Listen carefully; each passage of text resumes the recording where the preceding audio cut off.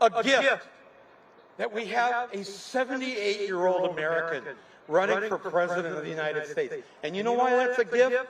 What has a 78-year-old seen? They've seen, Bernie has seen the things many of us have never seen. A pay raise. How about that? A 78-year-old knows what a pay raise is. A 78-year-old knows what a pension is. Pensions! Remember? Look it up. A 78-year-old knows what it looks like to defeat fascism and white supremacy. A 78-year-old knows what it looks like to have your library open every single day of the week. A 78-year-old knows what regulations are, Boeing.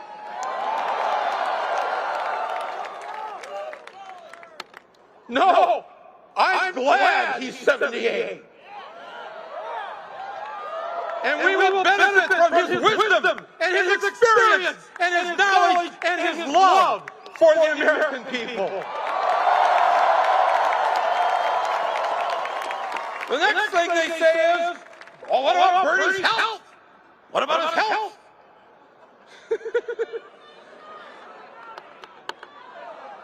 How about we talk about the health of this planet that's dying? That's the health I care about.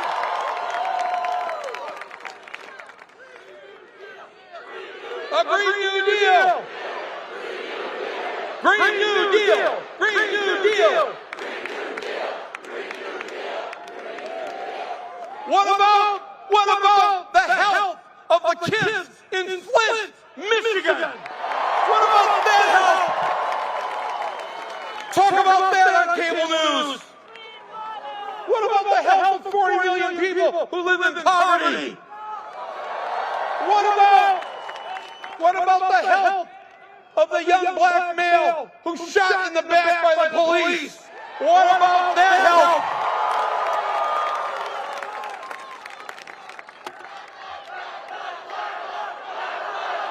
Black Lives Matter!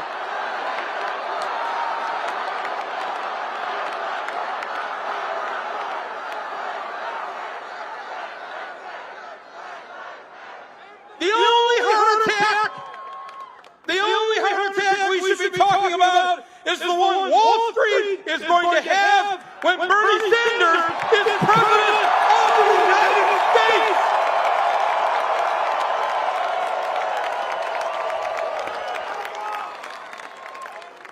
The next one is Bernie can't win. Bernie can't win. Bernie can't win? Well, in addition to the 8 terms in the House and the 2 in the Senate, he won 22 states in the 2016 election.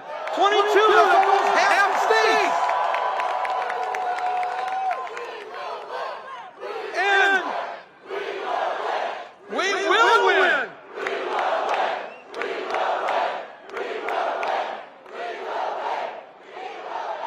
In 2016, let me just make this clear.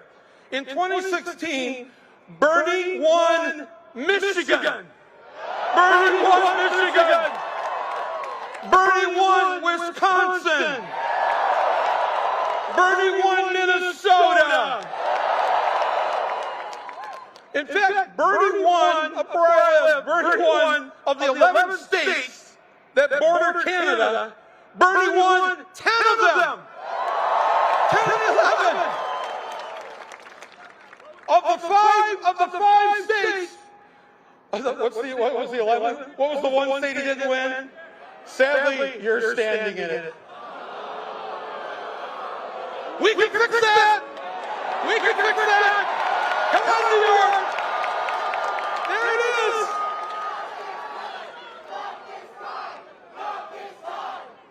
Of the five states that touch the Pacific Ocean, Bernie won 4 of them. Of the 6 states of New England, Bernie won 4 of those.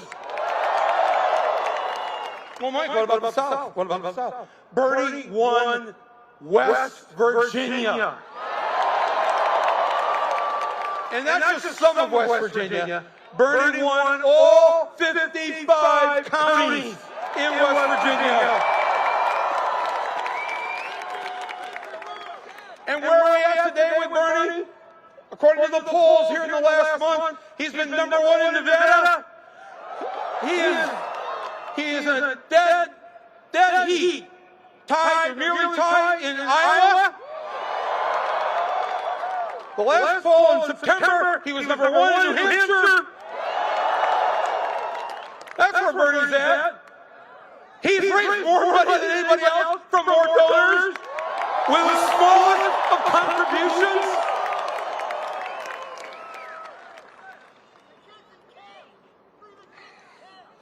Bernie, when you say Bernie can't win, you are lying to the American people. Not only can he win, Bernie will win.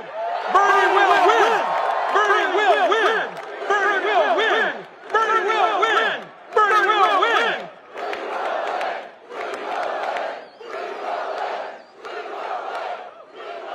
And finally, people say he can't win because, well, you know, Bernie's a socialist. That's not going to fly. Well, when they say that on TV, they should always say, and the American people have loved socialism for the last 70 years. The American people love their Social Security. The American people love having a free public school. The American people love Medicare and Medicaid. The American people love their fire department. These are all socialist measures.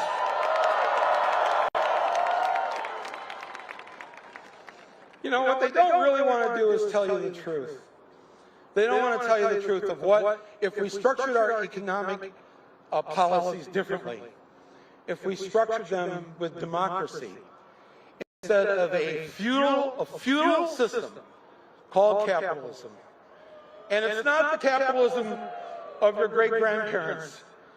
It's a new form of greed and selfishness and making sure that just the very few at the top benefit and everybody else struggles to live from paycheck to paycheck to paycheck, if they have a paycheck at all.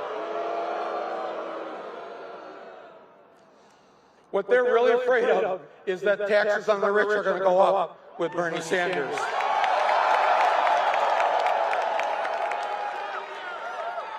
And when they explain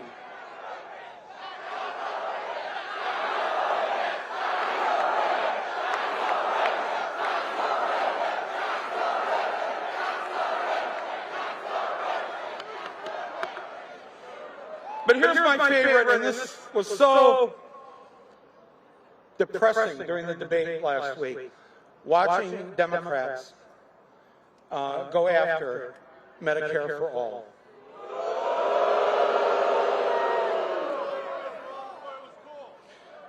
What would Franklin Roosevelt say about these Democrats? We can't afford it. We can't afford it. We can't afford Medicare for all. Oh, really? Well, somebody explain to me, how does Canada afford it? I mean, no offense to Canada, but where are they getting all that money for all the free health care?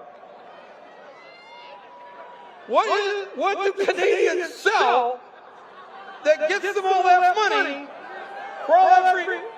You know, the Kit Kat bar. The Kit Kat bar is a Canadian invention. Maple syrup. Yeah, that's it. The Canadians sell so much maple syrup, everybody gets free health care. It's embarrassing that if the Canadians have figured it out, if every other industrialized country on this planet has figured it out, why are we unable to figure it out? That's because they don't want us to figure it out. They don't want it to happen. They want to say, they say to Bernie, they say to Elizabeth, oh, whoa, taxes are going to go up. Just tell people that. Tell them right now, their taxes are going to go up. That is part of the big lie. Your taxes are already up. And I'll tell you why. Here's the difference. We don't call it a tax in the United States. In Canada or France or Finland or any of a number of other countries, they not only get the free health care, they have free or nearly free daycare, they have free or nearly free college, and they pay a little bit more in taxes than we do for those things. Now, what does the average American pay who has kids and needs for child care? An average of $12,000 a year. What do you pay to pay off your student loans? An average of about $4,000 a year. What do you pay for your deductibles and your co-pays, your premiums? That's another $6,000 a year on average. Too damn much is right. And I'll tell you what, add those numbers, just daycare, health care, and student loan, that's an average of $20,000 a year. And we don't call it a tax. They pay a little bit more tax in these countries. They get all those things for free or nearly free. It's just a ruse that's been played on the American people. And this is what needs to be figured out and explained to people.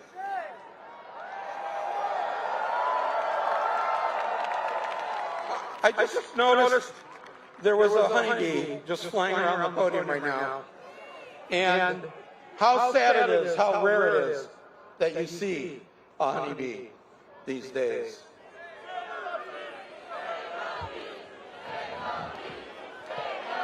In closing,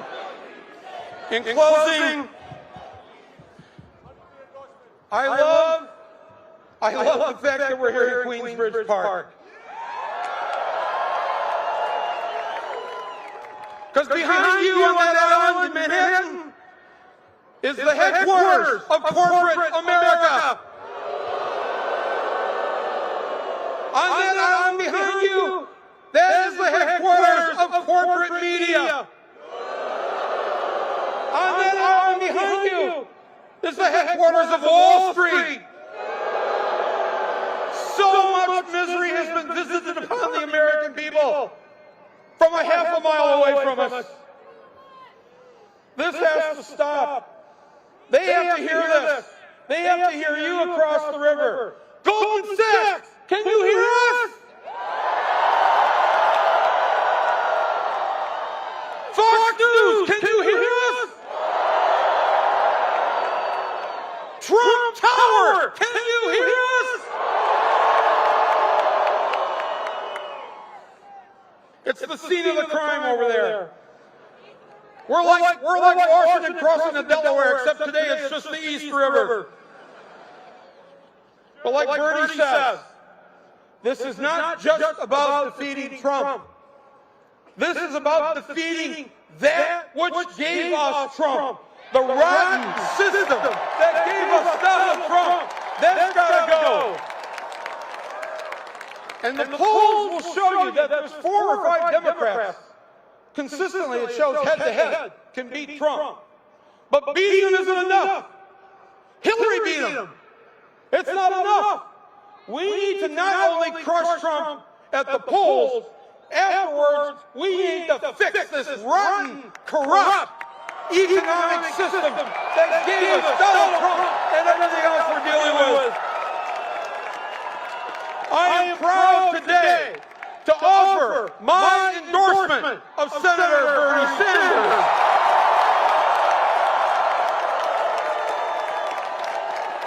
And I want to close by just reading you one sentence. One sentence. When I heard this, I thought, well, this is really the best description of what we all want. It's really the best description of what democratic socialism is, or what the Democratic Party, we hope, will be. I'd like to just read this sentence to you, because to me it says it all. And I'm inspired by Bernie's whole idea that this is not about, as he says, me. It's about us.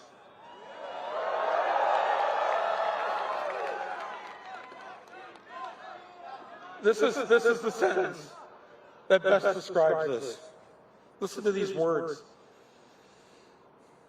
We, the people, in order to form a more perfect union, establish justice, promote the general welfare, and secure the blessings of liberty. We do ordain this Constitution of the United States of America. On January 20th, 2021, I want to see Bernie Sanders swear that he will defend this Constitution from all enemies, domestic and foreign, especially domestic. Thank you, everybody. Thank you. And now, thank you. We will win. We will win. We will win. We will win. We will win. We will win. We will win. And now it's my honor to introduce to you one of the original, as Trump put it, nasty women, the brave and courageous and necessary Mayor of San Juan, Puerto Rico, Mayor Carmen Cruz. Let's hear it for her.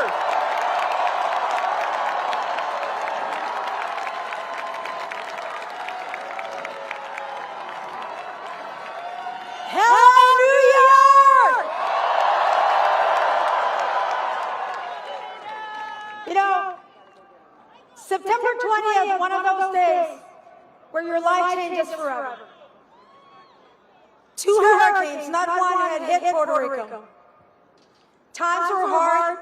There was no food, no electricity, no water, no medicine. Help was not getting there. We were dying.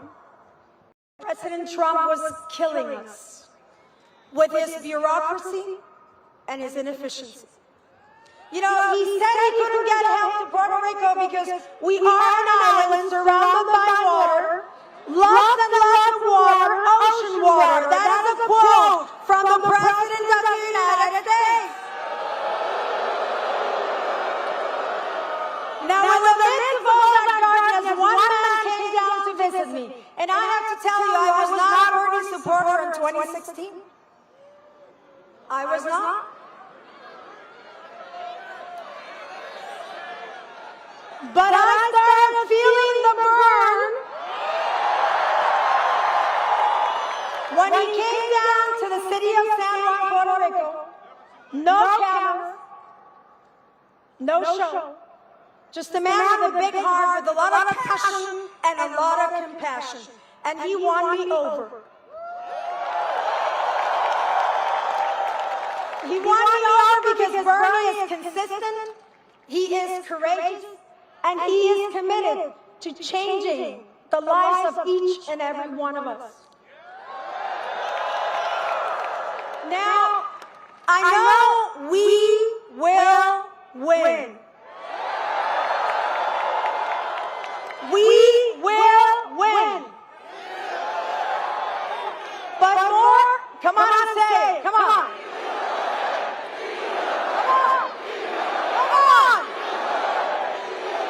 Now, the important thing is why we have to win. We have to win, and this is why you and I stand with Bernie. Because somewhere, in New York, in Hawaii, in Puerto Rico, there is a man or woman that cannot afford to buy insulin, and that has to decide whether to live or die in order to buy medicine or pay the groceries. That is why we stand with Bernie.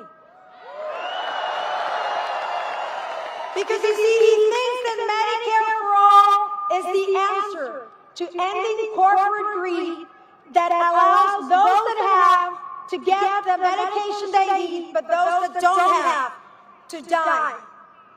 We must win. Say it with me. We must win. Because we must win. We must win. We must win because Bernie understands that the power is only useful when it pulls all us together. And if one of us is left behind, whether it is a man, a woman, a transgender, a member of the LGBT community, our Muslim brothers and sisters, our Jewish brothers and sisters, we are all in this together. That's why we must win.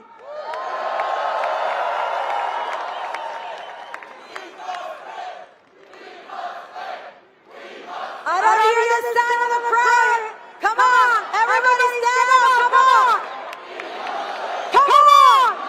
Come on, do your own. We must win. We must win because of the fundamental universal values that people should be able to go to college and afford to have a life after college. We must win because of a fundamental value that says that the power is in the streets and that government is to serve the people, not to serve just the 1%. Say it with me, we must win. Because there is too much at stake. Too much at stake in the next election. It is about whether we believe that people are equal.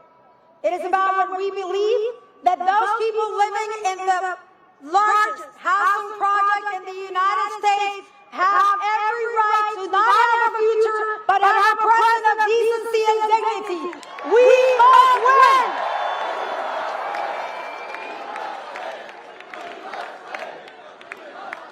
But we also must win. Porque es importante. Porque es importante que sepamos que sí se puede. ¡Sí se puede! ¡Sí se puede!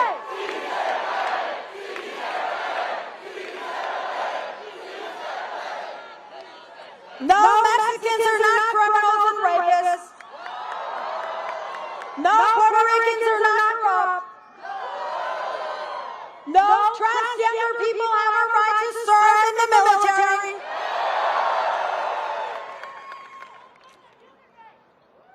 Trans rights are human rights. Women's rights are human rights. Afro-American rights are everybody's rights. We are all one and together in a universal agenda that really, really makes us be uncompromising. I love it whenever Bernie says this one thing. And if you can detect it, say it with me. Let me be absolutely. You've heard him say that, right? Say it with me. Let me be. Yes, we will stand against those that make $100 million an hour and pay their workers starving wages. Yes, we will stand against those that want to take away a woman's right to choose. And yes, we will stand against the terrible crime of separating families of the southern part of the border of the United States. We must win to end family separations. We must win to ensure that everyone, anywhere, it doesn't matter what the color of their skin are, the religion that they profess, it doesn't matter. And we must win in order to take on climate change. Look, I can't hear you. Trump can't hear you.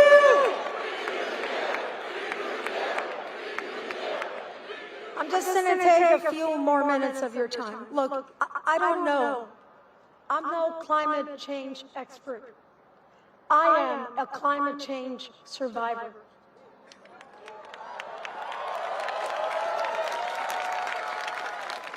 I don't know how warm the ocean is going to get or how hot the tides are going to go. Say it louder. Say it louder. Say it louder. I do know this one thing. Climate change is real.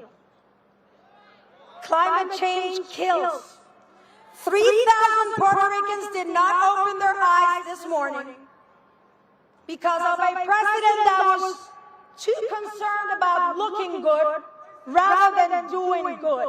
And yes, we are not going to spend too much time talking about a racist, demagogue, xenophobic, racist, paper-throwing president.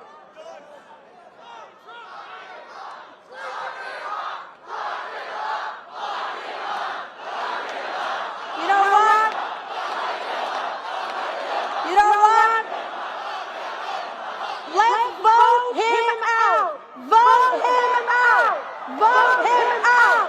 Vote him out. Vote him out. So the time is now. The time is now to be uncompromising.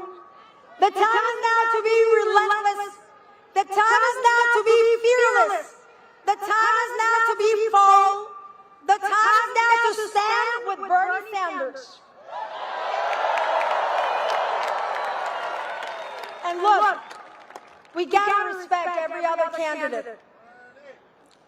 But we know that there is one name and one name only that can get the job done, and that is Bernie. Bernie! Bernie! Bernie! I can't hear you!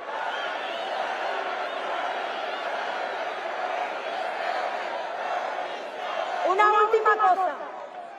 Es importante que todos y todas nos unamos en una sola voz. Let's be united in one voice. One progressive voice that will cross across generations, that will not divide us, but unite us, that will make sure that on that day in January, when Bernie Sanders walks into 1600 Pennsylvania Avenue,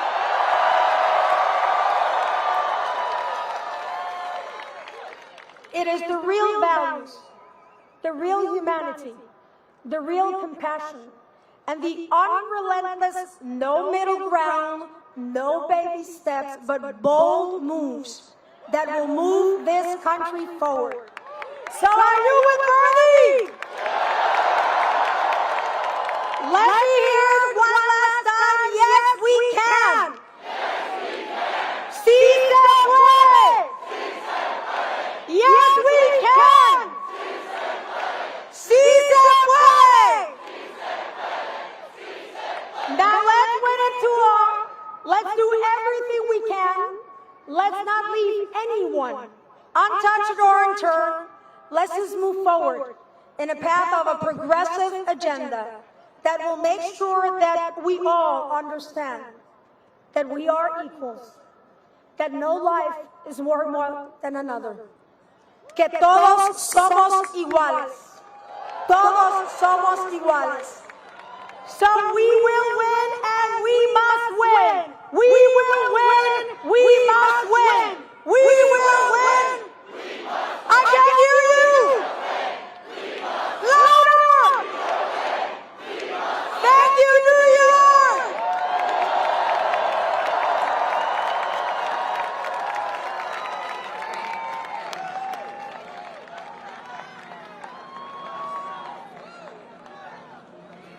And now, please welcome to the stage National Co-Chair Senator Nina Turner.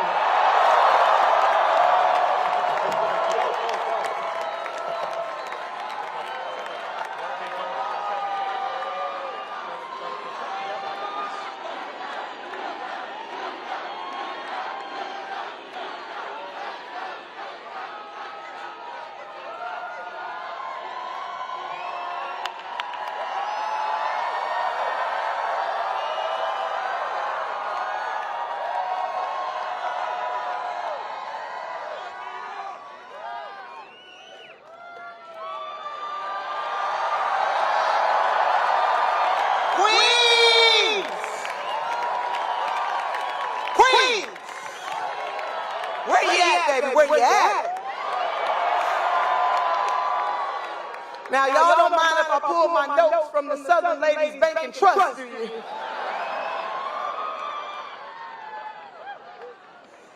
Oh my God, can I just say that? Queens, where you at? Now, I know we're feeling the burn, but we need this country to feel Queens, baby. Now, Queens, I am proud to have you put these hands together for your own New York squad. Through these leaders, you have dealt with Amazon.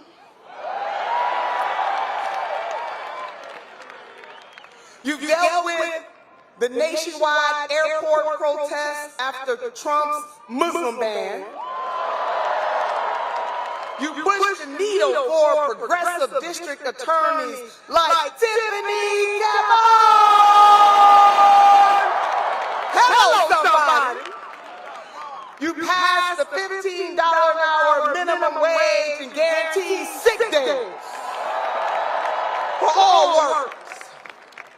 So I need you to put it together for these amazing sisters and brothers who are in the elected ministry. We have the youngest woman to serve in the history of NY State Senate, Democratic Socialist, Senator Julia Salazar.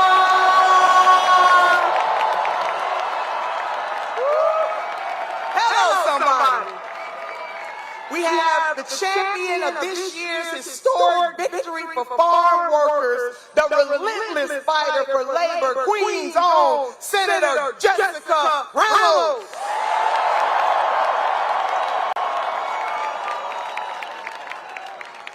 A Queens original, the powerful and bold senator who likes his name twin, is leading the fight for a public bank and economic justice, Senator James Sanders.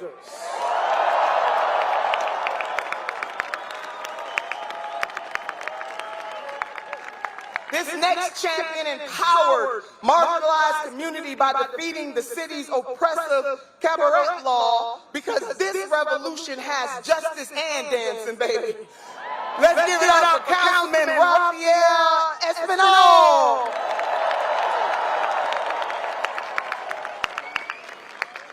The champion of the New York State Dream Act and Boogie Down Bronx, Senator Louis Sepulveda.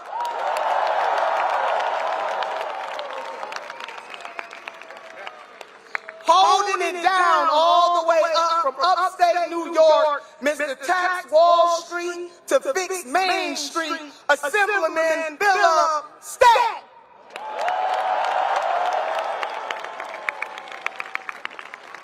Your own homegrown Queens, wonderful, fighting on behalf of dreamers, seniors, and an economy that works for all New Yorkers, Assembly Member Ron Kim.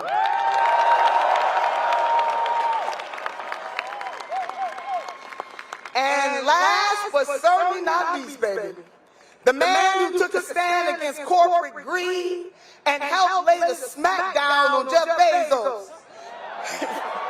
And who in his spare time pushed the most progressive legislative session in New York State history, Senate Deputy Majority Leader Mike Giannis.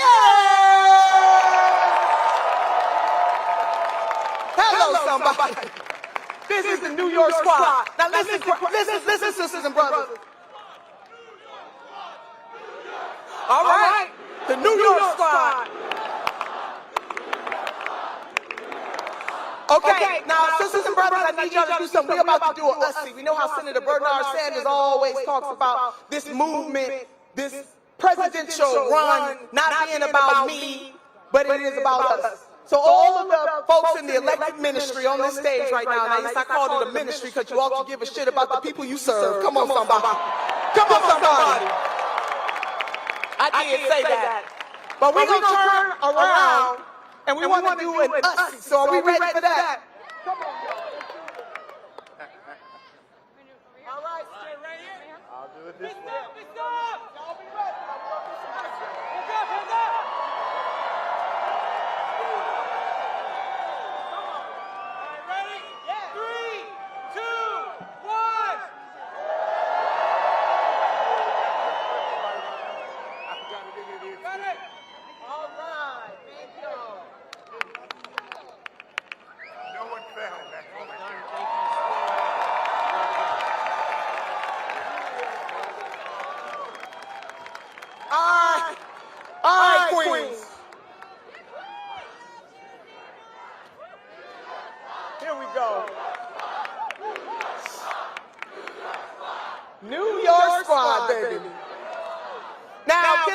say something, Queens?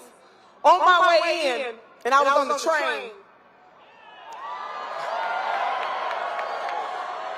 I was listening to another New Yorker, and I should have brought my phone up so I could play, so you could hear him for himself. When I was thinking about Senator Bernard Sanders and all that he has been through, and the fact that his first major rally with the people is in Queens. I was thinking about a brother by the name of LL Cool J. Can I just quote some of these words, and don't y'all hold it against me? But the song, don't call it a comeback. I've been here for years. Come on now. They talking about Senator Sanders is back, baby. He been here. Don't call this a regular jam. I'm gonna rock this land, this world, and take it by storm. That's Senator Bernard Sanders. Brother L also saying I'm just getting warm. How many of you feel the burn, baby? Now here's the most important part. I'm gonna knock you out. Mama said knock you out. Senator Bernie Sanders is gonna knock out the special interests in D.C. He gonna knock out that multi-billionaire class that does not believe that the working day people of this country deserve a good life. So not only does Mama say knock them out, the people say knock them out. Come on, Queens. Now don't y'all hold that against me now. I tried. Knock them out. So now, my foundation comes from Congresswoman Barbara Jordan. And she said these words. She was a congresswoman from Texas. She said, what the people want is very simple. They want an America as good as its promise. That's it, and that's all. So we're looking for an America where folks don't die because they got to ration out their insulin. We are looking for an America where hospitals are not closing. Hello, Hahnemann in Philadelphia. And hospitals are closing all over this country, particularly in rural areas. What the people want is very simple. We want clean water, clean air, and clean food. That's it. And that's all. We also want, finally, to have a justice system that doesn't gun down black folks in their house.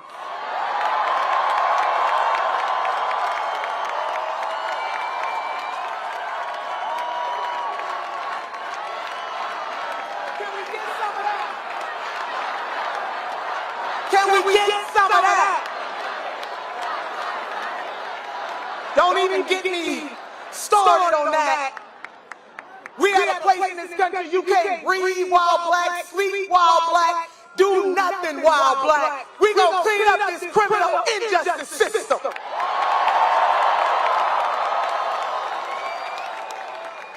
What the people want is very simple.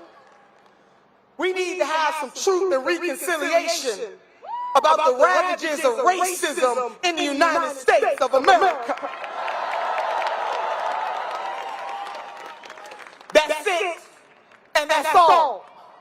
What the people want is very simple. We want a healthcare system that is not commodified. That's it, and that's all. What the people want is very simple. We must take care of Mother Earth right now. That's it, and that's all. And when I say, Queens, that there is nobody quite like Senator Bernard Sanders, I mean that. We got some folks in mainstream and the neoliberal side who really can't understand the difference. But I'm going to break this down for you. There are many copies There are people who didn't have the same guts and the same courage as Senator Bernie Sanders to run in 2016.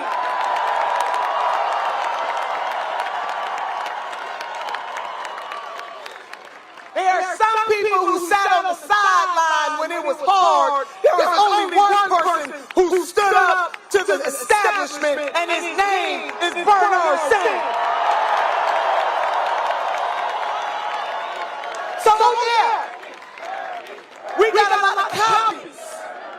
There's only one candidate in 2016 who told the multi-millionaires and billionaires in this country, keep your money, I'll raise my money with the people.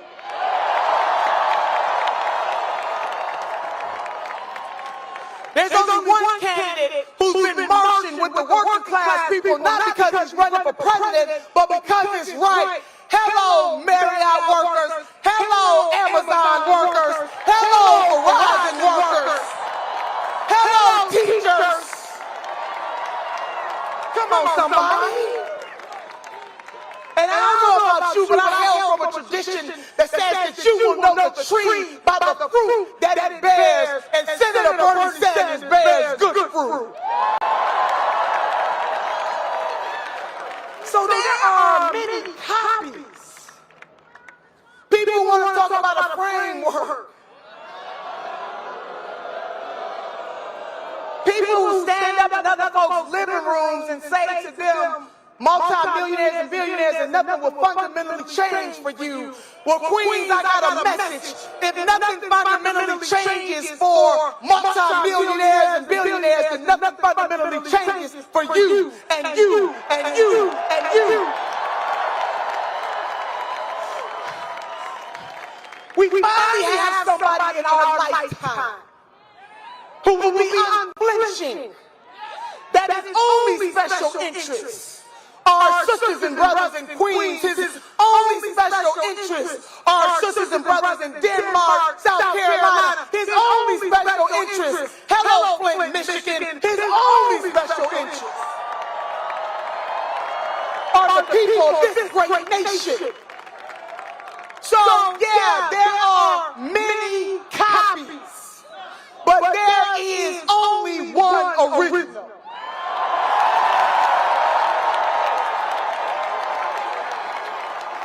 I don't know why you would take the copy, baby, when you can have the original. He didn't vote to give President Trump more money for wars. Hello, somebody. He voted against these rotten trade deals that steal wealth from our community. There is only one Senator Bernard Sanders, so let the record reflect that there is only one, just in case folks don't understand that. Being similar is not being the same. Come on, somebody.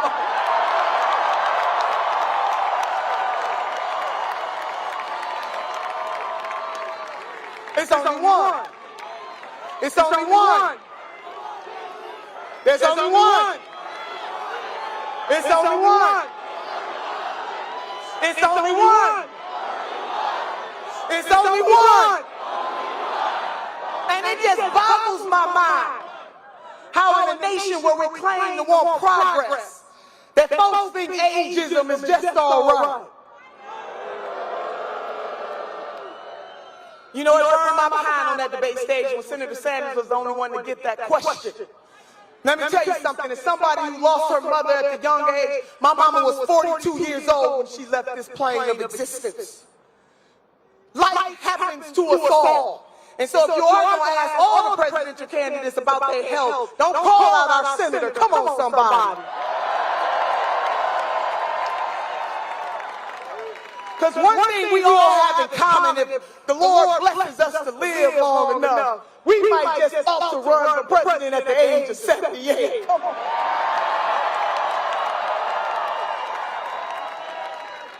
So memo to the mainstream media, memo to the haters, hashtag Bernie is back.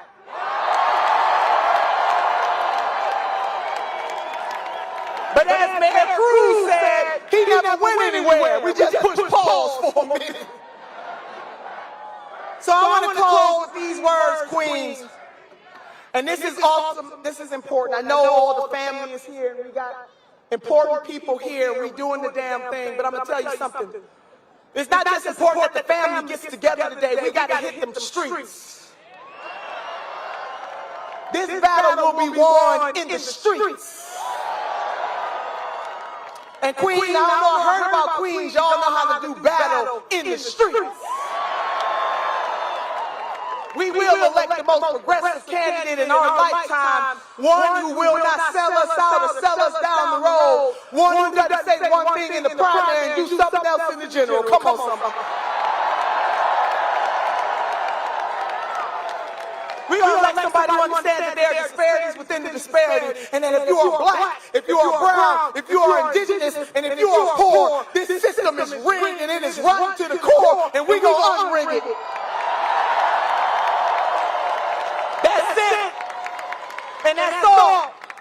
So we need you to sign up your friends, sign up for helping this campaign, and we are going to make history when Senator Bernard Sanders is sworn into office. So let me close with this. I need you guys to do something for me, and I ask this all over this country, because this is real. I love you too, baby. This is love. This is love. And I do want to say that I am mad as hell, and I know I'm a black woman, last time I checked. And I know sometimes people talk about the angry black woman, but I'm going to tell you something. If you ain't mad as a mofo about what's going on here, something's wrong with you.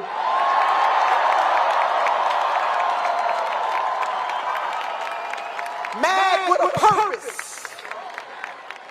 So as an angry black woman, we taking applications. Y'all can be mad as hell with us. Come on, somebody. Come on, somebody.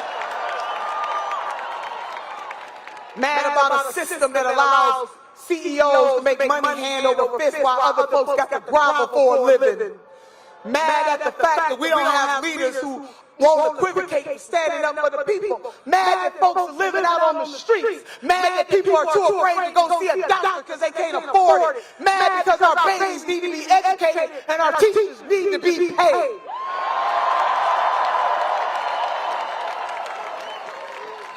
But we're going to get glad because we're going to use this energy and this synergy that we have to help Senator Bernard Sanders make it to the White House. And baby, when we get to the White House, y'all ready for that? So I need you to do something for me. Raise one hand for yourself and another hand for somebody else. Dr. Maya Angelou once said that we got to have the courage to stand up for ourselves and then the courage to stand up for somebody else. And with these hands, we will have Medicare for all. With these hands, we will cancel student debt. With these hands, we will cancel medical debt. With these hands, we will make an investment on Main Street and tell Wall Street to go straight to hell. With these hands, we will make sure that every baby in this country can aspire to live a good life. With these hands, ladies, we want our whole damn dollar. With these hands, we will combat client chaos. And with these hands, we will do something about income and wealth inequality. And with these hands, baby, we will elect Senator Bernard Sanders, the next president of the United States of America, with these hands.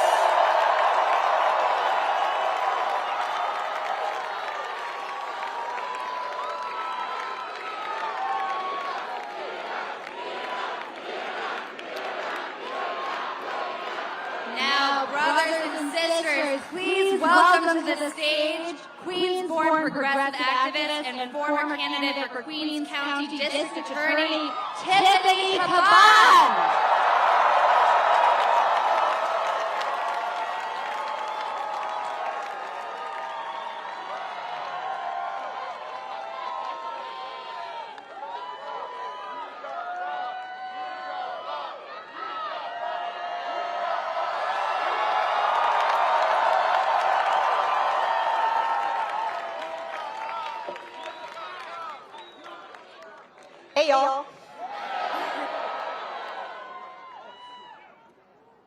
Thank you. Some of you might know me. My name is Tiffany Caban. And I am a 32-year-old queer, Latina, public defender and activist.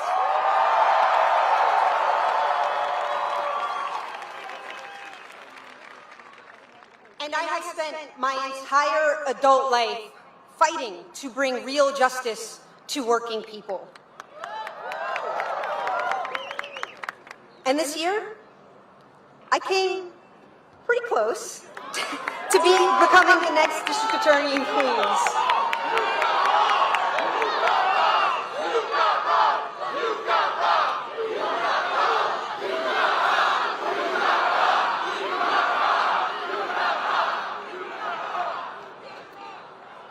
But you know, it is completely surreal for me to be here with y'all.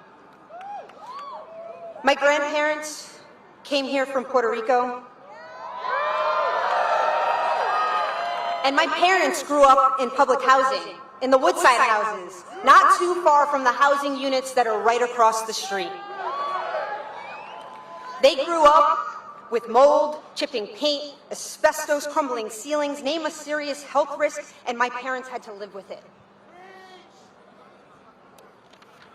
And early on,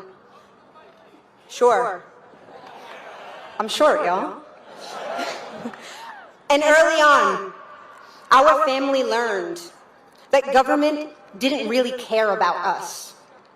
Our schools were overcrowded, our apartments and homes were crumbling, and our neighborhoods were over-policed and resource-starved. So my dad became an elevator mechanic, and my mom looked after other people's kids. And they saved up to send me to a Catholic high school. And for me, that long bus ride into a different neighborhood might as well have been to a different planet. I saw at that school that when wealthy white communities needed help, they got access to resources. But when we needed help, our government sent cops.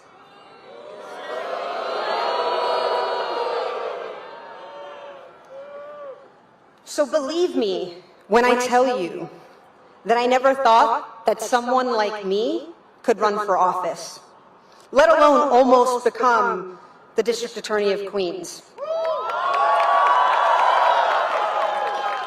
And I grew up, honestly, with a far more limited sense of what's possible. And then came Alexandria Ocasio-Cortez.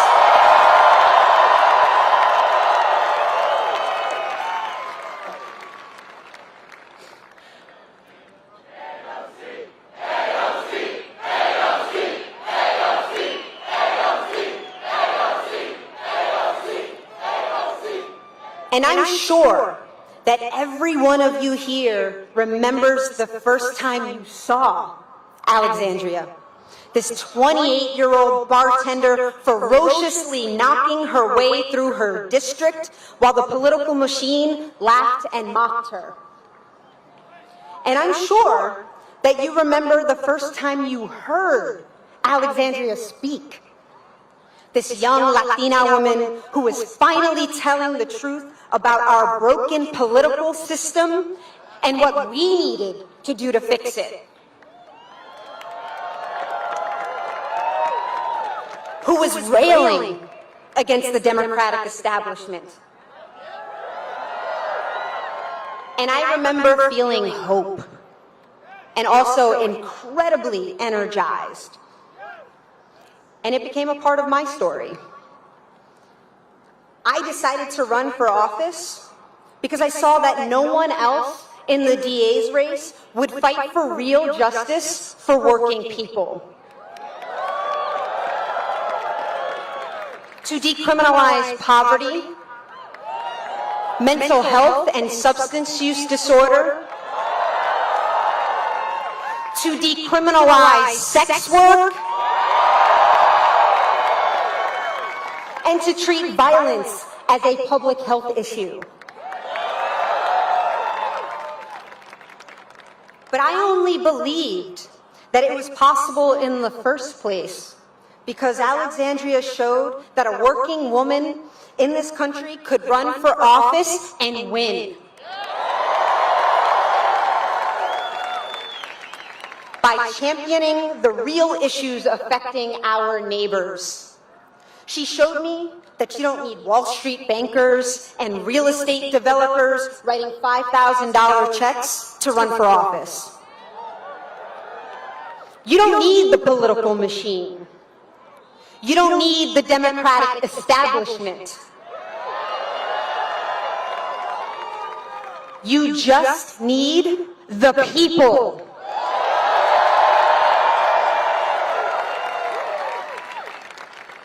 And so for me, that's what Alexandria really represents.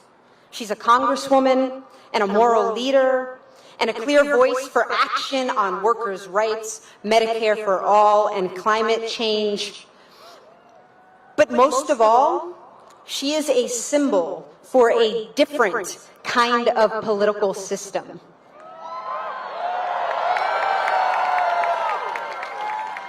A political system led by multiracial, working-class people fighting to make government work for all of us.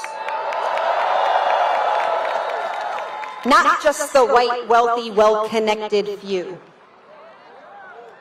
A system led and powered by public defenders and bartenders and public school teachers.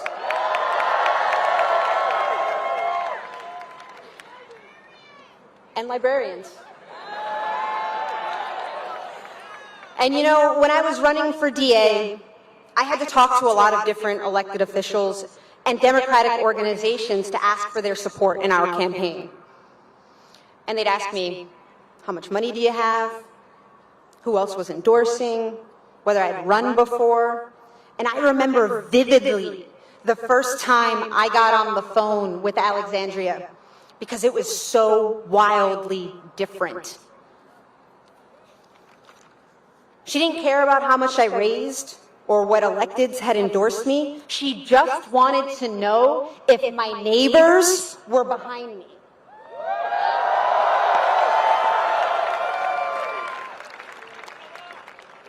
How many volunteers we had brought in? Was there real grassroots enthusiasm behind our message?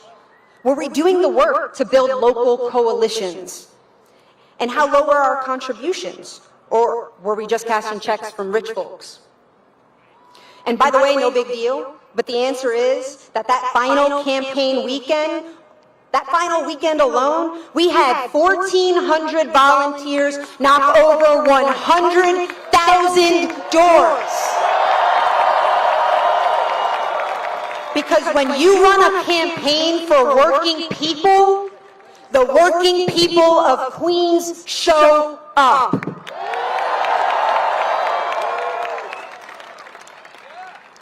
But my point is, the questions Alexandria asked focused on volunteers and coalition building, not checks and endorsements. This is who Alexandria is. Behind closed doors, when all of the cameras are off, her North Star is still pointed in the direction of the people.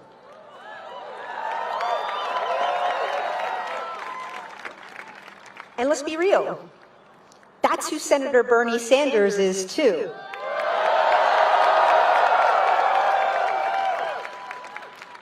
He showed Alexandria that you don't have to sacrifice your values, your beliefs. You don't have to appease the establishment.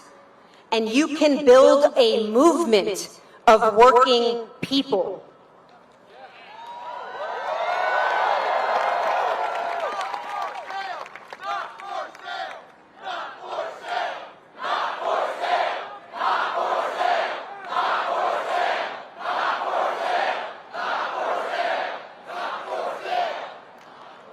And it's why she's made choices other elected officials just wouldn't. In her first week on the job in Congress, she joined a sit-in at Nancy Pelosi's office. In the months since, she's challenged conventional wisdom in DC every single day. Every chance she's gotten, she's used her platform in service of the movement, backing candidates like me across the country who are fighting to build a government powered by the people too.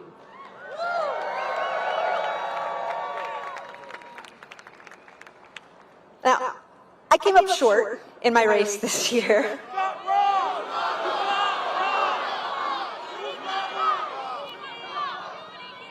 But I'm genuinely so hopeful about our future.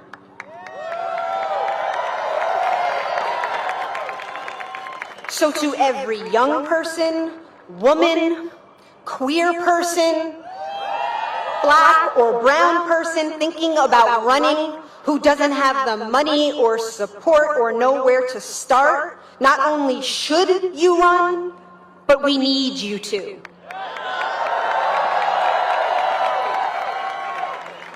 We only win when working people lead this movement.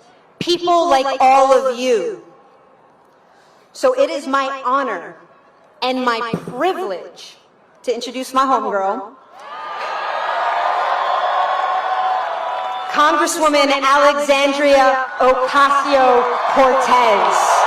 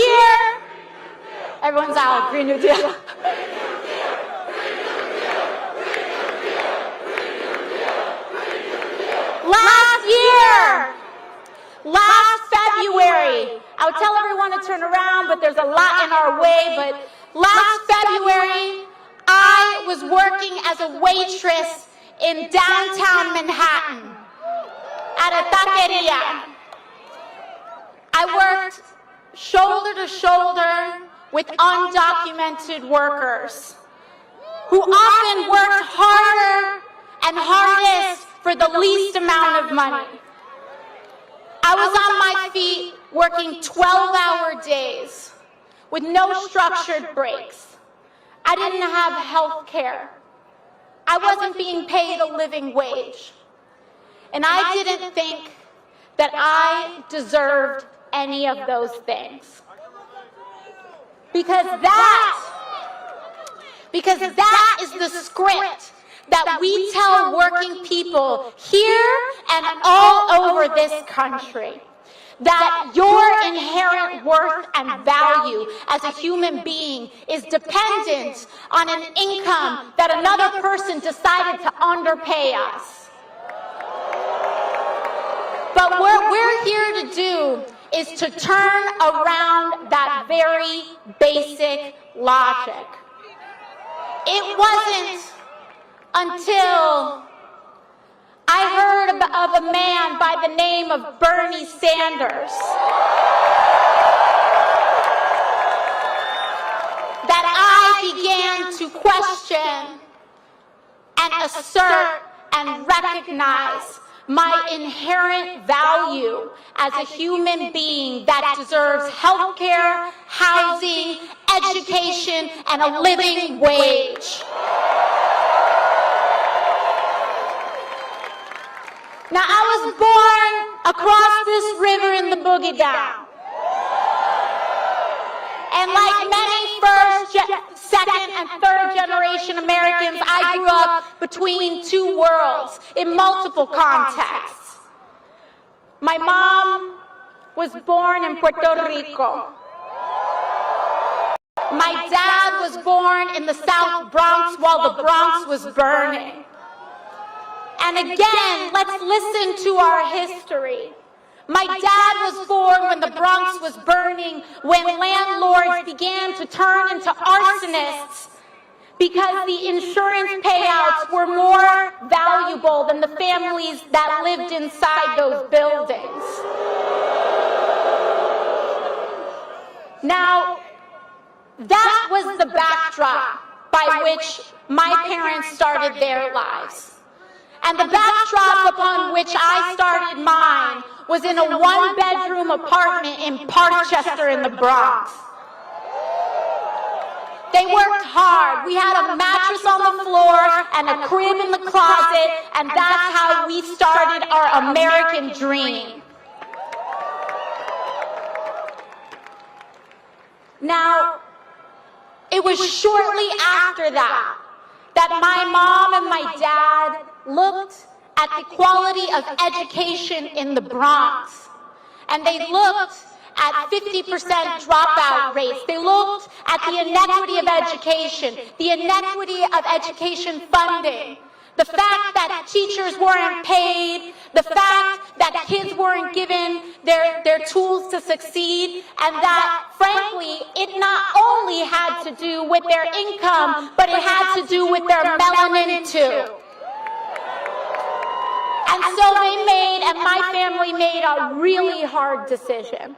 And my whole family chipped in to buy a small house about 40 minutes north of here. And that's when I got my first taste of a country who allows their kids' destiny to be determined by the zip code that they are born in. And so much of my life was shuttled between these two worlds. And not just the two worlds between the Bronx and Westchester County, but the continental U.S., New York State, and the realities of Puerto Rico, where my family is too. And we saw the distinctions between these two worlds. I grew up where income inequality was an ingrained fact of life of my childhood. And it took everything in us to try to give that next generation a chance. When I was 18, my dad died of cancer. And all of the work that we did in a generation like that was wiped out. And I know that that story isn't just mine. It's all of our story. We are all always, it feels like just one accident away from everything falling apart. And we have to change the fundamental logic of a system and a politics that puts corporate profit ahead of all human and planetary costs.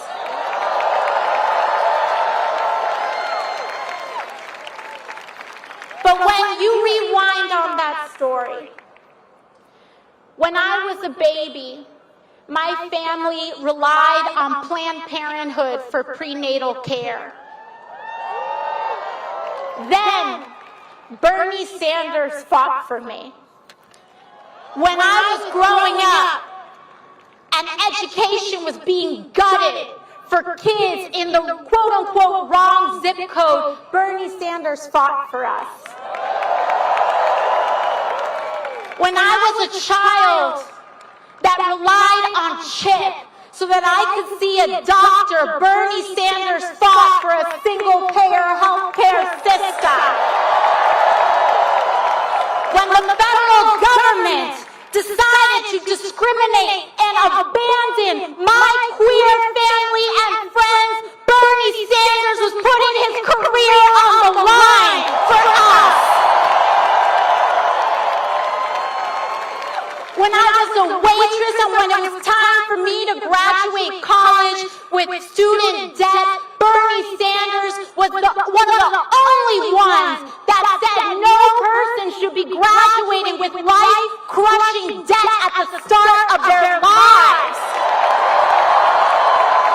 Bernie Sanders did not do these things because they were popular. And that's what we need to remember.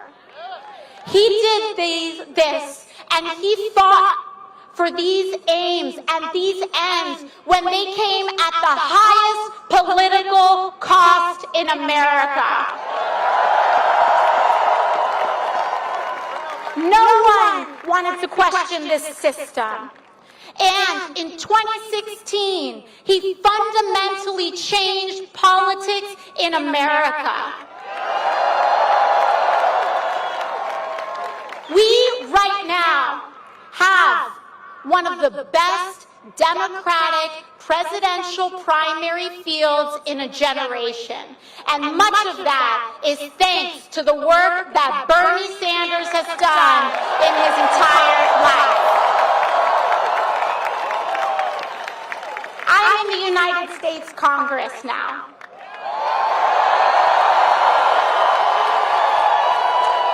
And that's a long, long way from being a sexually harassed waitress in downtown Manhattan 1 year ago.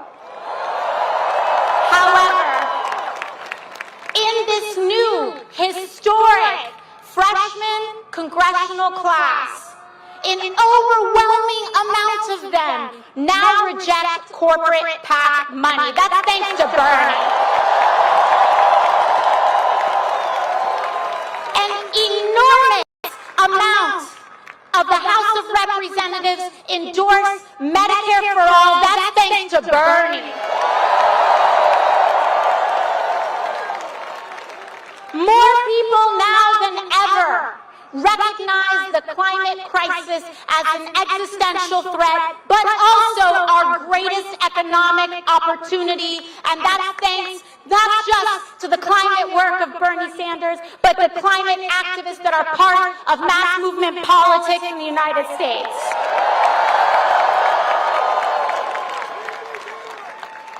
Now that I'm on that other side, I can tell you the halls of Congress are no joke. It is no joke to stand up to corporate power and established interests. It is no joke. It's not just about standing up and saying these things, but behind closed doors, your arm is twisted, the vice pressure of political pressure gets put on you, and every trick in the book, psychological and otherwise, is used to get us to abandon the working class.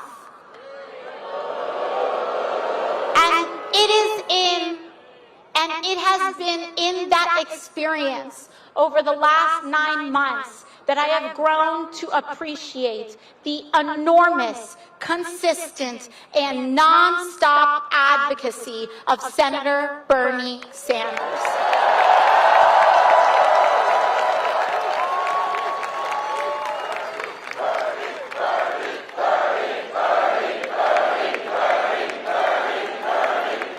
Now, one thing I'll say is that it's not just what we're fighting for, but it's how we're going to do it.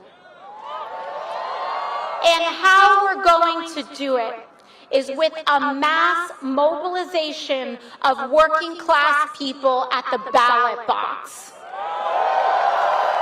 That's the only way that we are going to win this thing. Because one of our top priorities is not just defeating Donald Trump, but defeating the systems of which he is a symptom. That means that what we need to do in this country is organize a fundamentally positive and welcoming movement. One that is mindful, not only mindful of the ugly histories that created our present inequalities, the racism of housing segregation, the classism of the Hyde Amendment that tells us that low-income women shouldn't have access to health care. But we also recognize the imperialist and colonial histories that contribute to our endless wars and our immigration crisis. Not only do we need to recognize that NYCHA, being underfunded by over $30 billion, is not an accident, it is an outcome. It's not an accident, it is an outcome of a system that devalues the poor, that devalues working people, and that prioritizes buildings like those over buildings like these.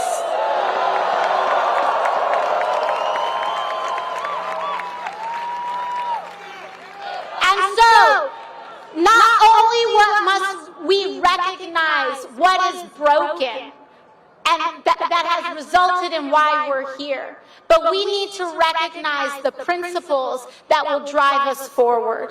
Because the logic that got us into this mess is not gonna get us out.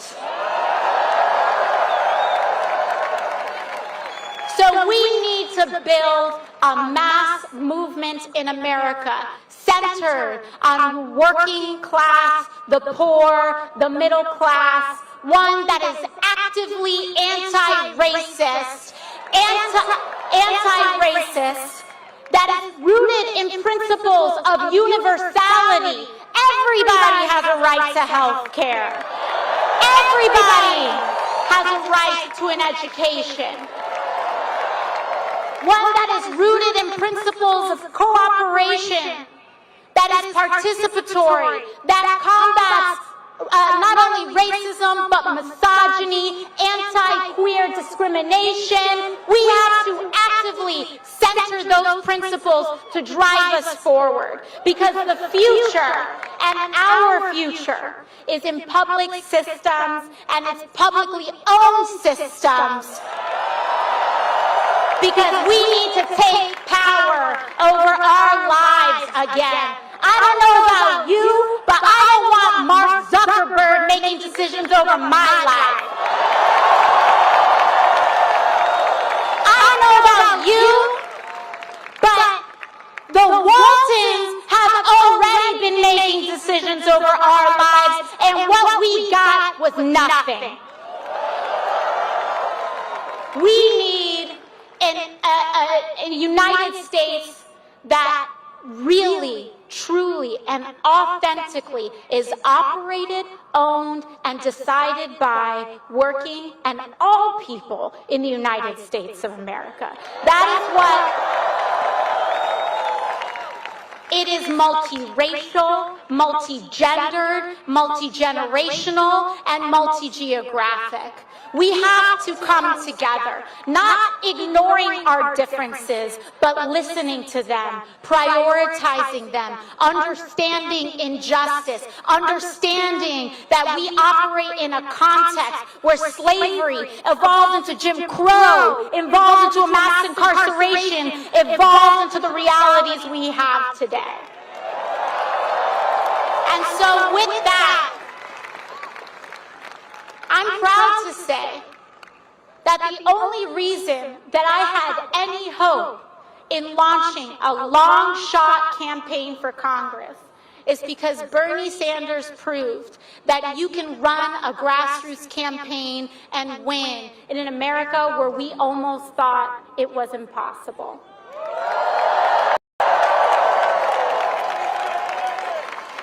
And with that, I'd like to introduce the man, the ally. I call him Theo Bernie. Maybe to my goddaughter, he's Willow. Maybe to some others, he's brother. But he's my Theo Bernie Sanders.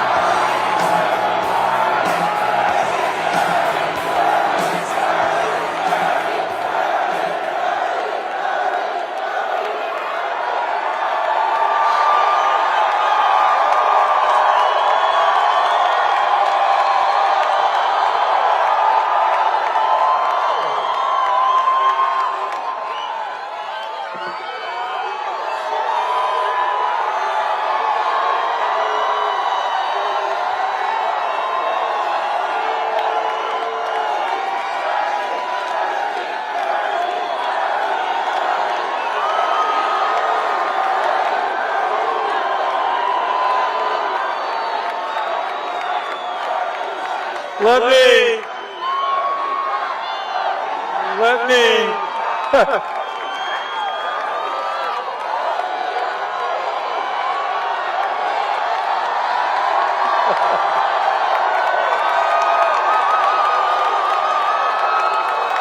Thank you. Let me begin by making an apology. We got a permit for 20,000 people and we had to close the doors. So to all of those who couldn't get in, thanks so much for being here, and thank all of you for being here today.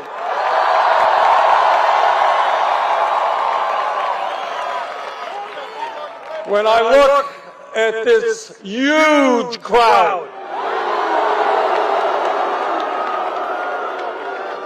brothers and sisters, I have no doubt that the political revolution is going to sweep this country.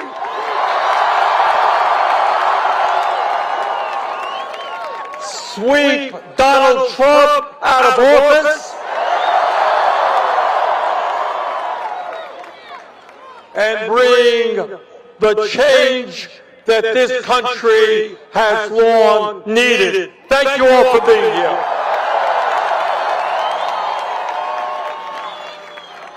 What our campaign is about is not just defeating the most dangerous president in the history of this country. It is about transforming this country. It is about creating an economy and a government that works for all of us, not just the 1%. For 45 years, there has been a class war waged against the working families of this country by the billionaire class and the corporate elite. Well, we got some bad news for them. Things are going to change, and we're going to have a government of working people, not the 1%.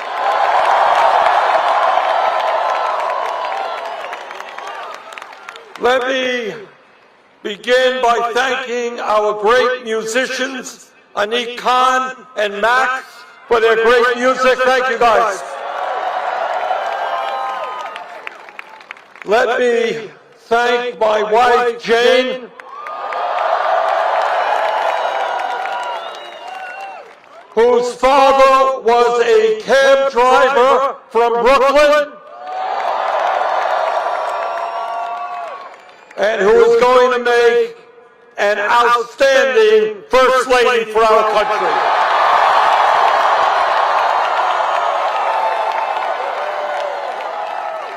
And let me thank my 4 kids and 7 grandchildren. This is a family you will be proud of. Let me thank Michael Moore for his support for so many years. Michael's father worked on an assembly line at General Motors in Flint, Michigan. Michael knows what side he is on. Let me thank the mayor of San Juan, Puerto Rico, Carmen Yulín Cruz, who has stood up to Trump in our fight for justice for the people of Puerto Rico. And I want to thank Yulín for being one of the co-chairs of our campaign. And let me thank Senator Nina Turner. Nina grew up in a low-income family in Cleveland, and at the age of 14, started working part-time jobs in order to support her family. Nina knows which side she is on.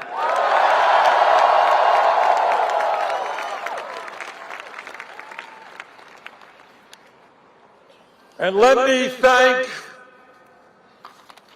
Congresswoman Alexandria Ocasio-Cortez.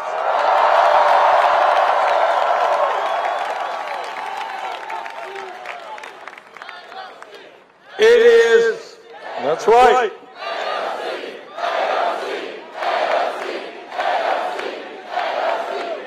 It is, I've been around politics a few years. And it is hard to believe the degree to which in less than 1 year, this woman, the youngest woman ever elected to Congress, it is hard to believe the degree to which she has transformed politics in America. Coming from a struggling family from Puerto Rico, She has been a fierce defender of the working class of our country. She has taken on the greed of Wall Street with legislation to put a cap on interest rates. She has been a leader in the fight against gentrification, for rent control, for affordable housing, and all within 1 year. She has electrified this country when she introduced the concept of the Green New Deal.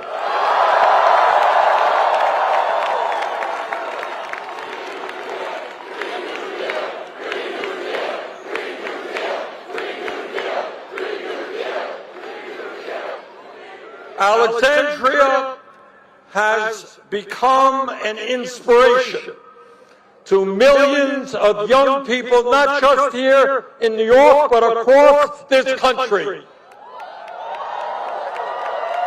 who now understand the importance of political participation and standing up for justice. Andrea, thank you so much. And I am so delighted that Alexandria is part of our campaign, and I look forward to traveling with her all over this country.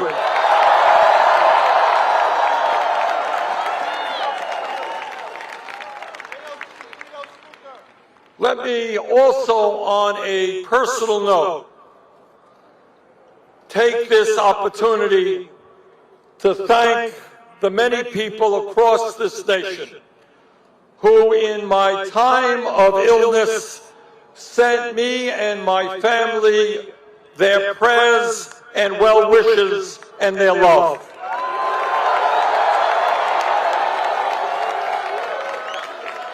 It has meant the world to Jane and me, and I thank all of you so very much.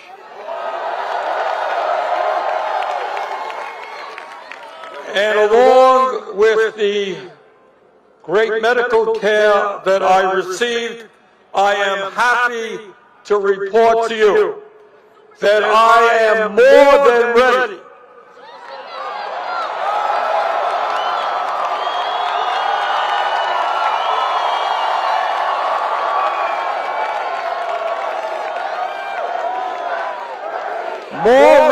than ever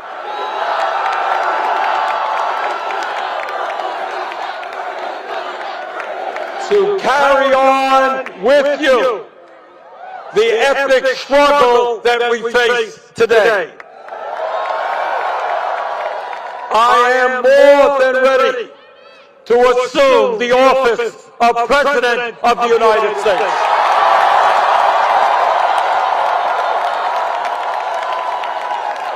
I am more than ready to take on the greed and corruption of the corporate elites and their apologists.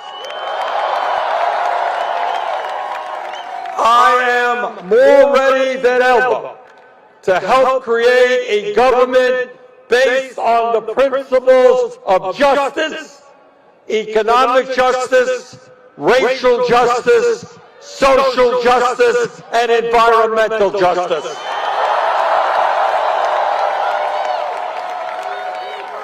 To put it bluntly, I am back.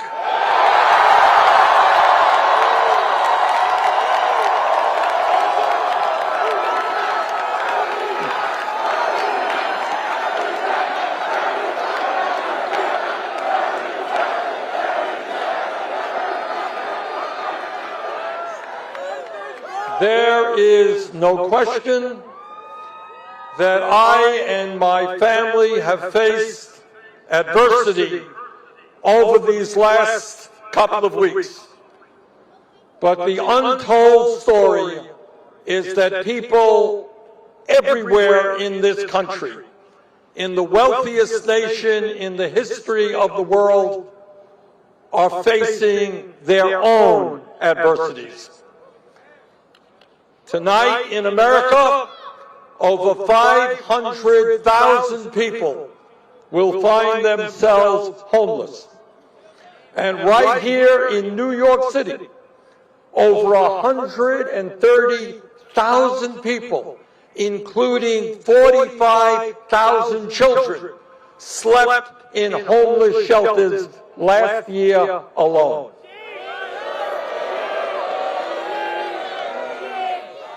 Today in America, half of our population, 50% of our people, the working class of this country, is living paycheck to paycheck, struggling to pay their rents, their mortgages, their light bill, or fix their car. Dealing with the incredible stress of struggling to just stay alive and feed their families. That is adversity. Today in America, 87 million of our people are uninsured or underinsured, unable to go to the doctor when they get sick, because the United States maintains the most dysfunctional and cruel healthcare system in the world.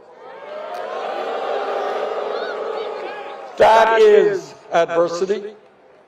Today in America, in a country that once led the world in terms of the quality of our educational system, millions of working class families are desperately searching for affordable child care.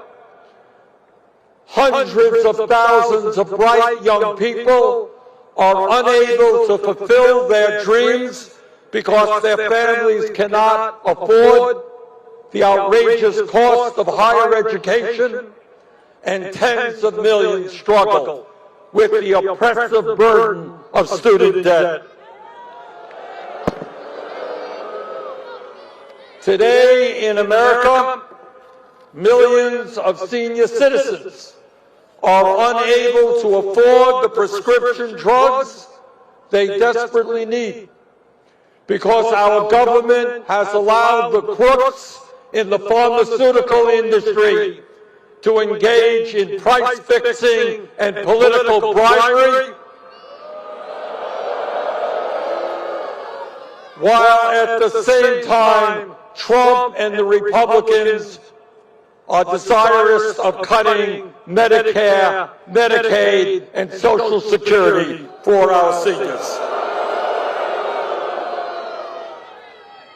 But in the midst, as all of you know, of all of this suffering, there is another reality which is taking place in this country. And that is that while the working families of America have seen virtually no increase in their inflation accounted for income over the last 45 years, the top 1% now have more income and wealth than they have ever had before in the history of this country.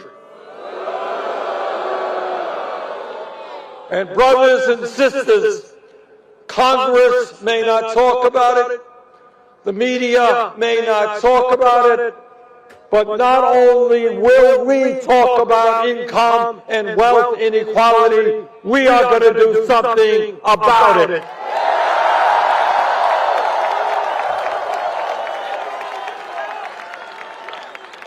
Today,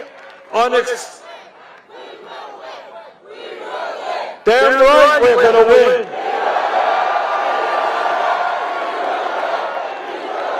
And we are going to win because the American people want fundamental changes in our national priorities. They are tired of the 1% getting richer while they are struggling to put food on the table. That's why we're going to win. Today, unbelievably, while we have the highest rate of childhood poverty of almost any major country on earth, 25 hedge fund managers make twice as much money as all of the kindergarten teachers in America.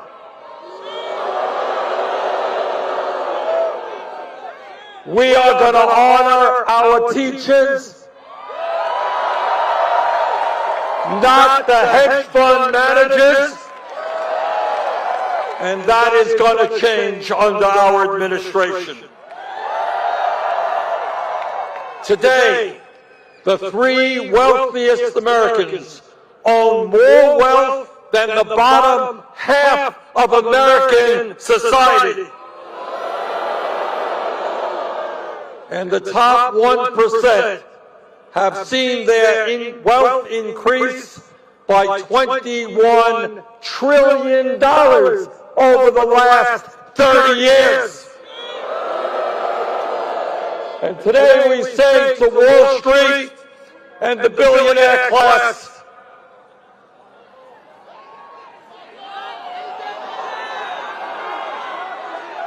you ain't gonna get it all anymore.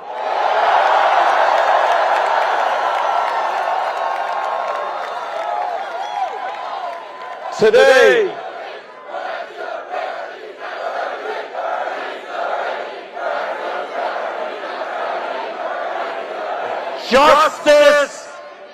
justice, long overdue, is coming to the United States of America.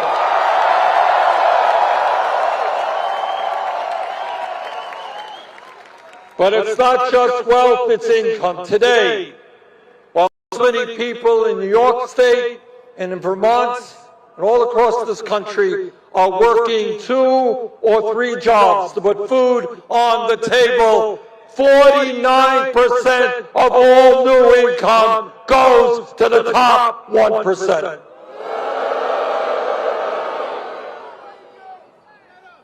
And when we talk about justice and immorality, please remember that unbelievably, the richest people in our country live 15 years longer than the poorest people. In other words, poverty is a death sentence, and we are going to end that death sentence.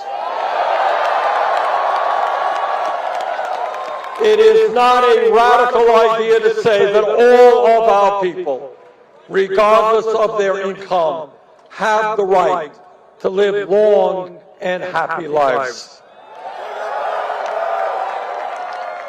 And I must also say that in the midst of all of this massive wealth and income inequality, there is also a racial disparity within the overall disparity.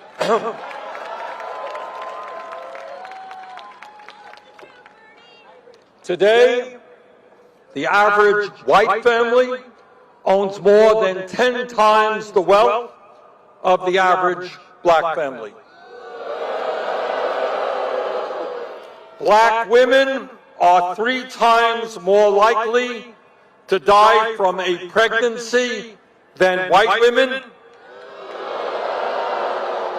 and the infant mortality rate in black communities is more than double what it is in white communities.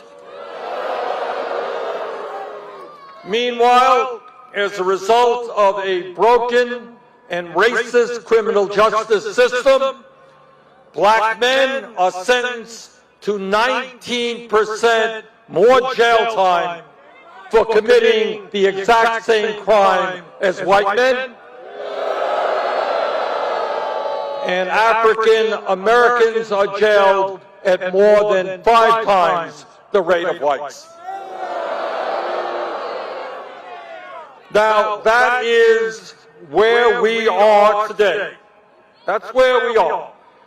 A nation in which a few miles away from here, people on Wall Street make unbelievable amounts of money and live in incredible and ostentatious luxury, while right here, across the street from us, people are struggling day after day just to survive. But it is not just here in New York City. It is also in West Virginia and Kentucky and Alabama and Mississippi and other states where people continue to work for starvation wages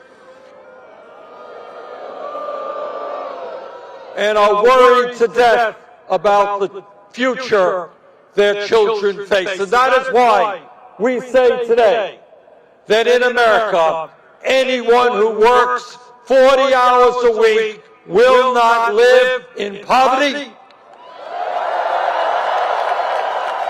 We're going to raise that minimum wage to a living wage, at least $15 an hour. And we're going to make sure that every worker in America has the right to join a union.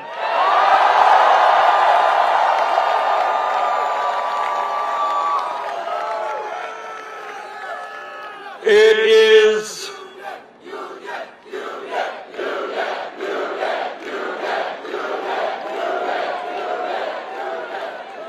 millions of workers in this country want to join unions, and today their employers in illegal ways are making that impossible, and that is why our labor law opens the door. And in our first 4 years, we're going to double the number of workers in this country who belong to unions.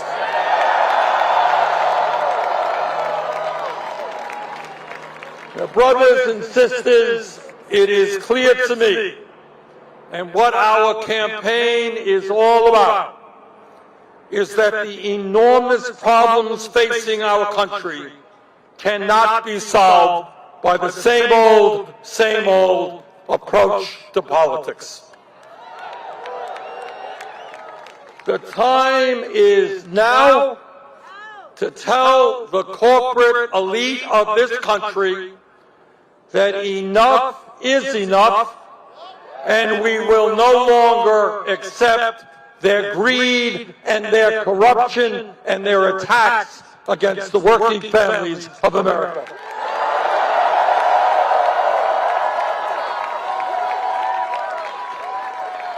Brothers and sisters, we need a new vision for America. And that is what this campaign is all about. And in terms of political struggle, in terms of how we bring about the transformative changes that we desperately need, I am reminded of a statement made by Nelson Mandela, one of the great leaders in modern history. And this is what Mandela said. He said, and I quote, "It always seems impossible until it is done."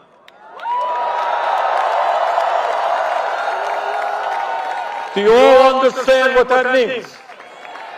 It always seems impossible until it is done. In other words, what the establishment, whether it is the economic establishment, whether it's the political establishment, or whether it's the media establishment, what they want us to believe is that real and fundamental change can never occur. They want us to believe that our vision for the future is unrealistic, that it is a pipe dream, that it is simply utopian thinking. They want us to believe that the only reality that we can live under is the status quo. That real change is impossible. And by the way, it's not just Republicans who give us that line. That is exactly what I heard on the stage of the Democratic debate in Ohio a few nights ago.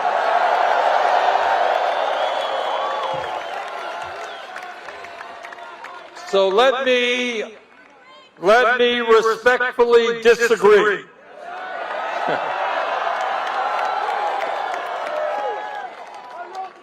Let me respectfully disagree with those who believe that real change is not possible. And let me tell you exactly the kind of America we are going to fight for when we are in the White House. And for a start, unlike Donald Trump, we are not going to divide the American people up based on the color of our skin, our gender, where we were born, our sexual orientation, or our religion. In fact, we are going to do exactly the opposite. We're going to bring our people together. We're going to bring our people together, black and white and Latino, Asian American and Native American. We're going to bring our people together, whether they are gay or straight, male or female, young or old. And together, we're going to fight every vestige of racism, sexism, homophobia, xenophobia, and religious bigotry that exists.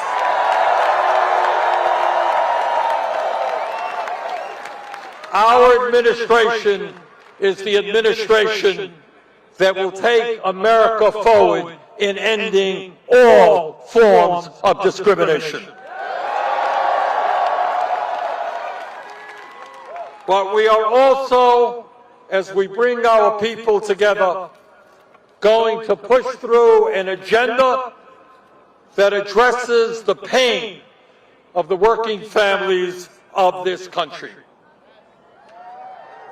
Because we believe that economic rights are human rights.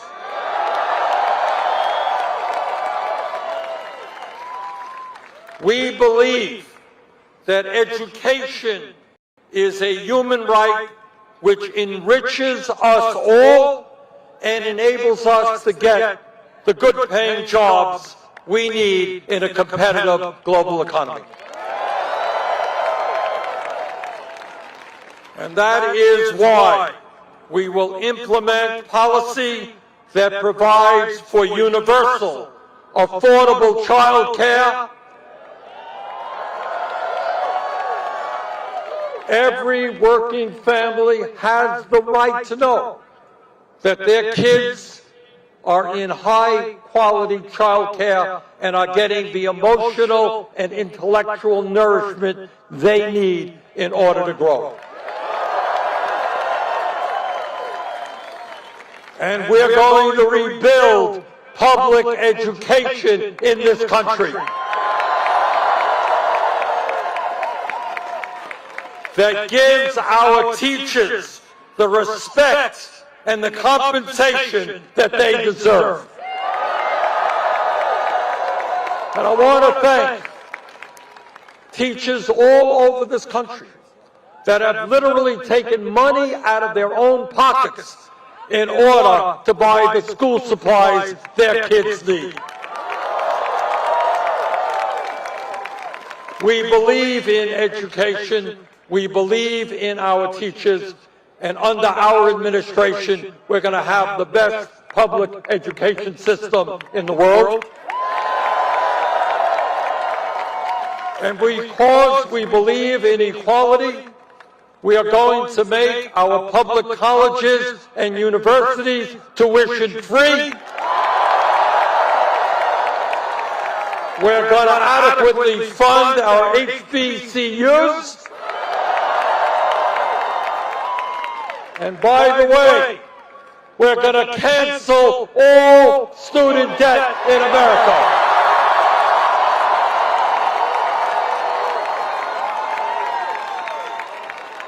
Yes, if the Congress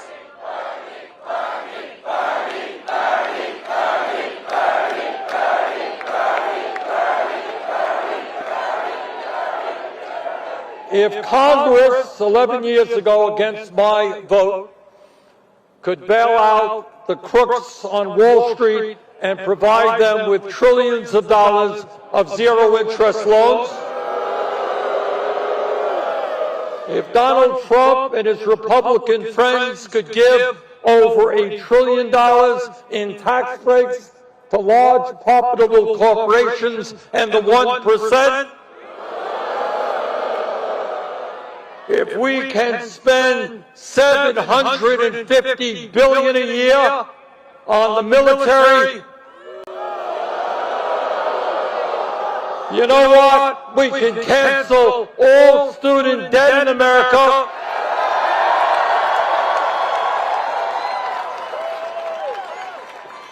With a modest tax on Wall Street speculation.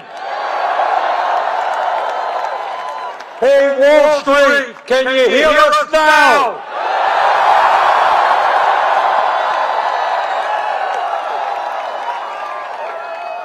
And when we talk about workers' rights, it is my belief that every American who wants a job should be able to find a job through a federal jobs guarantee program, which pays workers good wages and provides union representation. There is an enormous amount of work to be done in our country, and we need skilled workers to do those jobs. Brothers and sisters, this is the United States of America. We can create up to 15 million good-paying jobs rebuilding our crumbling infrastructure. Roads and bridges, airports, water systems.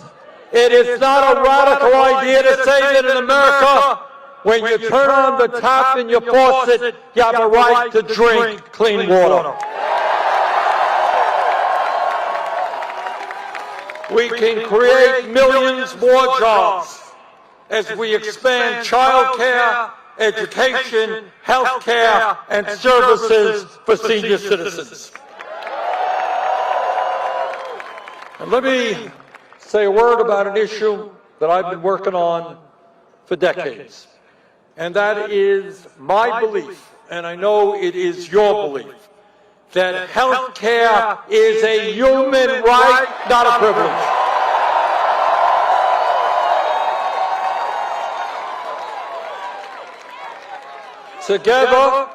Together we are going to end the international embarrassment of the United States of America being the only major country on earth that does not guarantee health care to all of their people. Brothers and sisters, we will end the absurdity of America spending twice as much per capita on health care as the people of almost every major country on earth, while at the same time, 87 million people are underinsured or uninsured, 30,000 Americans die each year because they don't get to a doctor on time, and 500,000 go bankrupt because they cannot afford to pay their medical bills. We will take on the greed of the insurance companies and the drug companies and pass a Medicare for all single-payer program.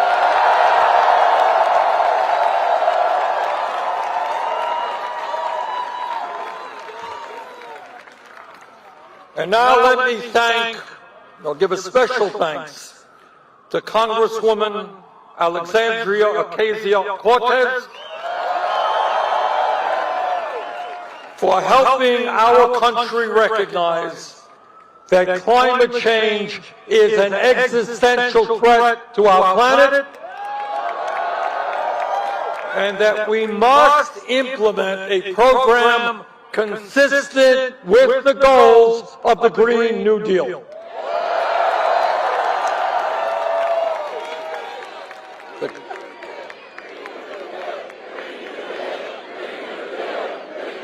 The climate change proposal that I have introduced during this campaign is the most comprehensive climate change plan ever introduced by any candidate running for federal office. In other words, we are listening to the scientists. Our legislation will hold the fossil fuel industry accountable. It will create up to 20 million new jobs as we transform our energy system away from fossil fuel to energy efficiency and sustainable energy. It will give us the tools that we need to help lead the world in combating climate change and save this planet for our children and future generations. Now, right across the street from where we are at this moment is New York City's largest fossil fuel power plant. And let us be clear, it is no secret that that plant is located right next to the city's largest public housing development. Together, we will pass a Green New Deal that will end the environmental racism we see right here in Queens and in similar communities all across this country.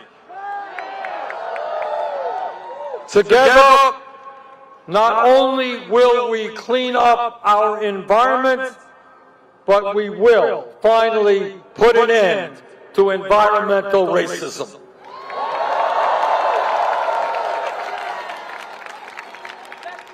And in the richest country in the history of the world, Alexandria, you and I believe that every American should have a fundamental right to a safe, decent, and affordable home. It is absolutely unacceptable and un-American that veterans and families with young children are sleeping out on the streets of New York City and all across this country. It is unacceptable that 18 million families in America are paying over half of their limited incomes on housing. And it is unacceptable that wealthy real estate developers in New York and across this country are gentrifying neighborhoods.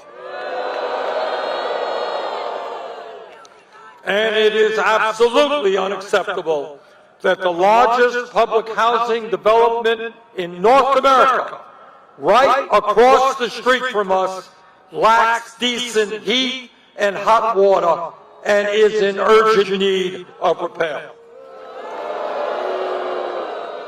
The affordable housing program that we will implement will establish the funds necessary to build nearly 10 million new apartments and homes throughout this country. Our program will eliminate homelessness in America.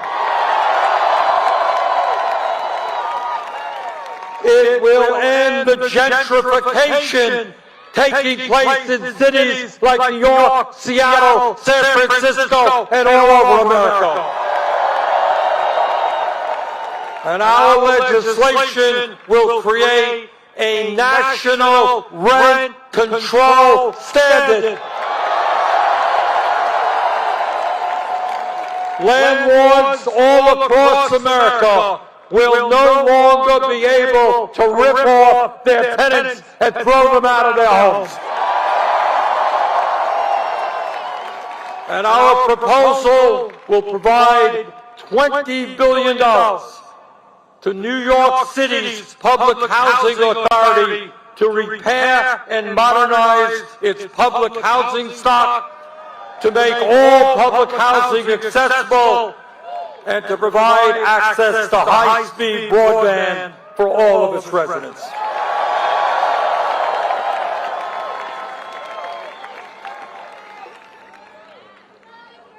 Let me say a word about an issue that I know is on the minds of all of us, and that is that we are going to end, once and for all, the broken and racist criminal justice system that exists in America. We are going to end the international embarrassment of having more people in jail in America than any other country on earth. Instead of spending $80 billion a year on jails and incarceration, we are going to invest in our young people in jobs and education. Jobs and education, not jails and incarceration.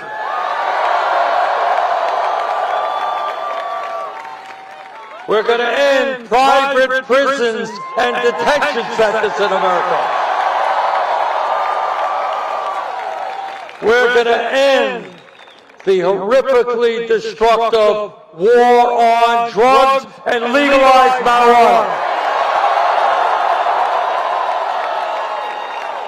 And we're going to end the disgrace of 400,000 people right now locked behind bars because they are too poor to afford cash bail. We're going to end cash bail in America.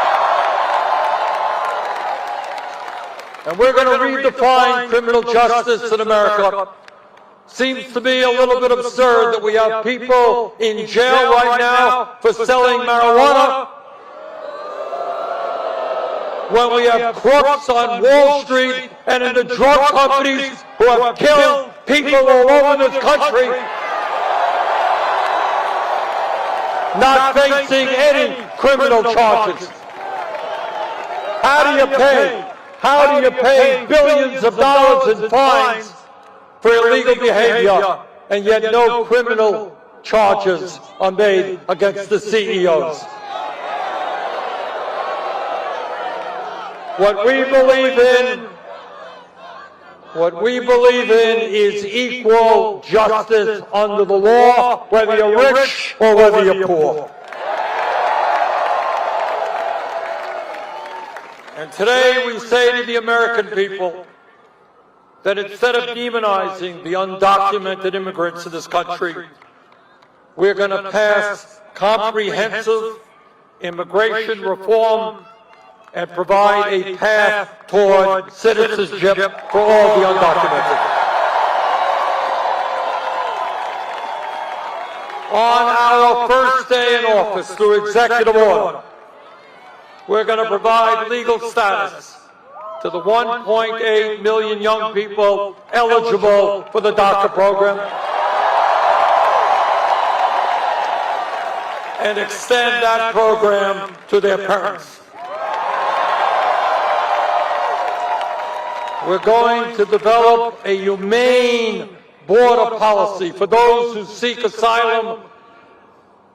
We will not be a government which snatches babies from the arms of their mothers or throws children into cages.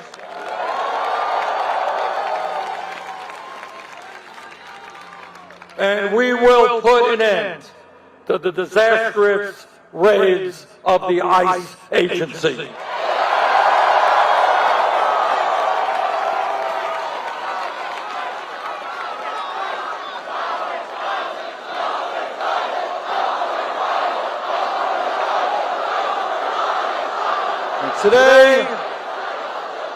Today on another issue that disgusts the American people who are sick and tired of seeing these mass shootings taking place all over the country. Our administration will take on the NRA. We're not going to be intimidated by that. We will move aggressively to end the epidemic of gun violence in this country and pass the common sense gun safety legislation that the overwhelming majority of American people want. Under our administration, people who should not have guns will not have guns.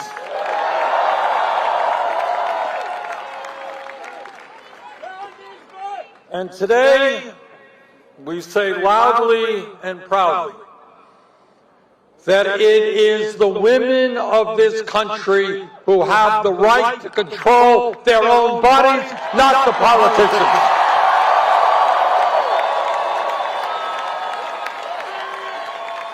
And my promise to you is that I will never nominate anyone to the U.S. Supreme Court who is not 100% pro Roe v. Wade and a woman's right to control her own body. Now, you know, when I talk about the proposals that I think we should adopt to protect the working families of this country, I'm often criticized, and people say, Bernie, it's so expensive. How are you going to pay for these proposals? Well, let me tell you exactly how we're going to pay for these proposals. We're going to tell the wealthiest people in this country that they are going to start paying their fair share of taxes.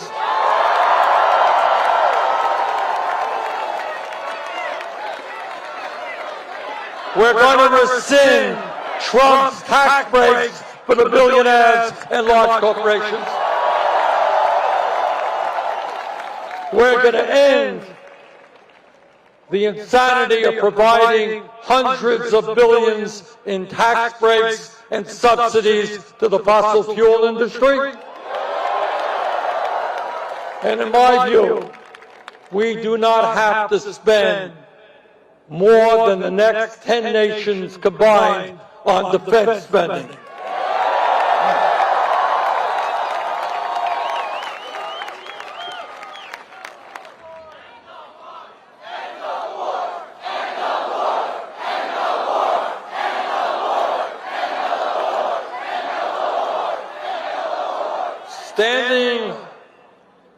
Standing before you today, I believe more than I have ever believed that we are at a moment in our great country's history where all of us coming together can create the America that we are entitled to have the America that we know that we can become.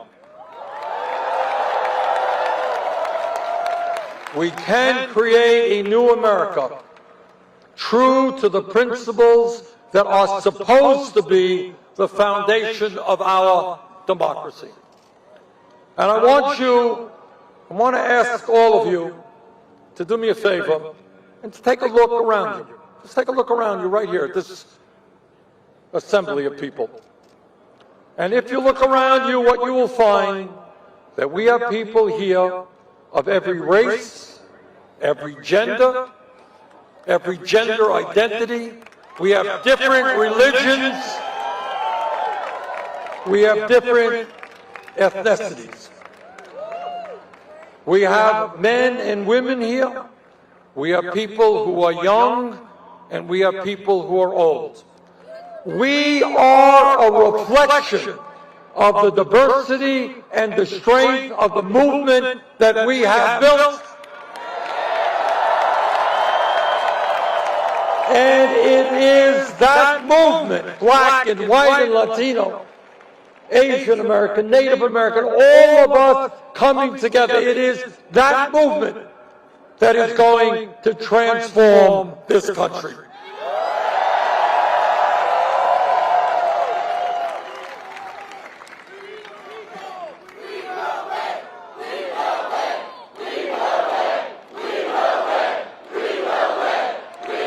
Now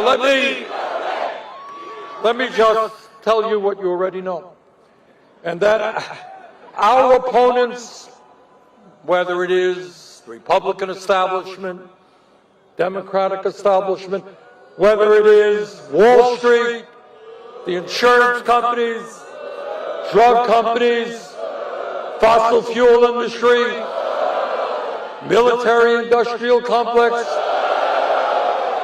prison industrial complex, the whole damn 1%. They're not going to give up their wealth and their power without a fight. And the question that we have got to answer together is, are we prepared to stand up to them and transform this country?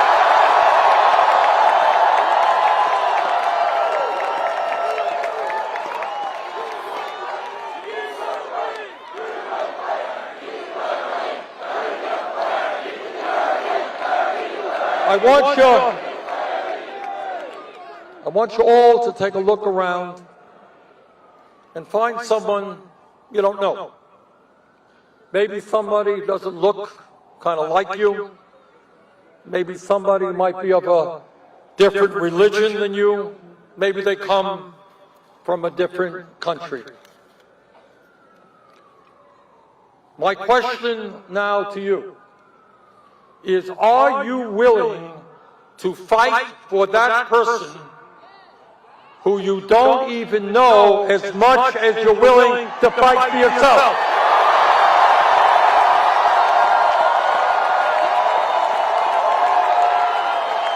Are you willing to stand together and fight for those people who are struggling economically in this country? Are you willing to fight for young people drowning in student debt, even if you are not? Are you willing to fight to ensure that every American has health care as a human right, even if you have good health care? Are you willing to fight for frightened immigrant neighbors, even if you are native born? Are you willing to fight for a future for generations of people who have not yet even been born, but are entitled to live on a planet that is healthy and habitable? Because if you are willing to do that, if you are willing to love if you are willing to fight for a government of compassion and justice and decency, if you are willing to stand up to Trump's desire to divide us up, if you are prepared to stand up to the greed and corruption of the corporate elite, if you and millions of others are prepared to do that, there is no doubt in my mind that not only will we win this election, but together we will transform this country. Thank you all very much.